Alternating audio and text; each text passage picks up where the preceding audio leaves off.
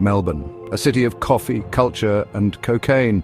Behind its polished facade lies a shadow empire built by Calabria's Ndrangheta, Italy's most ruthless mafia.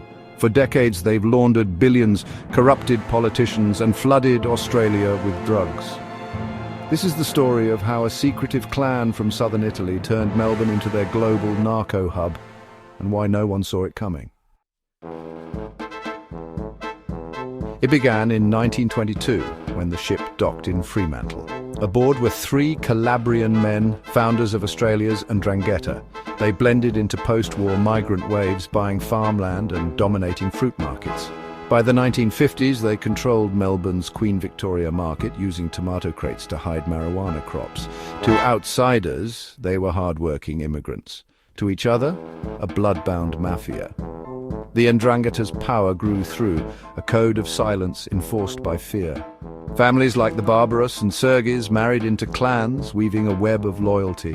When whistleblower Donald Mackay exposed their drug farms in 1977, he vanished, his body never found. A message to Australia. By the 1980s, the Ndrangheta pivoted to cocaine. Melbourne's docks became their gateway. Shipments from South America arrived hidden in olive oil drums or tomato paste tins, like the 2013 haul of 15 million ecstasy pills smuggled from Naples. Profits flowed into legitimate businesses, construction, catering, even racehorses. But their true genius? Alliances. They partnered with bikie gangs like the Comancheros, using them as muscle while pulling strings from the shadows. A 2022 AFP report revealed the Ndrangheta controls 70% of Australia's cocaine market, worth billions. Their motto? In 2021, law enforcement launched Operation Ironside, a global sting that cracked the Ndrangheta's encrypted app and 0M. For years, mobsters had bragged about murders and drug deals on the platform. Unaware, the AFP was watching. 28 million messages exposed their empire, 51 crime clans, 14 confirmed Ndrangheta with thousands of members. Police seized 6.3 tons of drugs and arrested 383 suspects. But the real blow, revealing their bloodlines like the Barbaros, linked to Donald Mackay's murder, were mapped across suburbs. Yet, even with raids, the Ndrangheta adapted. New fronts, new drugs, new silence. What makes the Ndrangheta unstoppable? They're your neighbour, your local builder, your politician.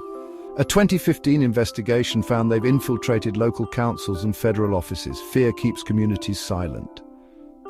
Denial keeps them hidden. Italian anti-mafia agents warn Australia underestimates them. While Sicily's Cosa Nostra flaunts power, the Ndrangheta thrives in shadows.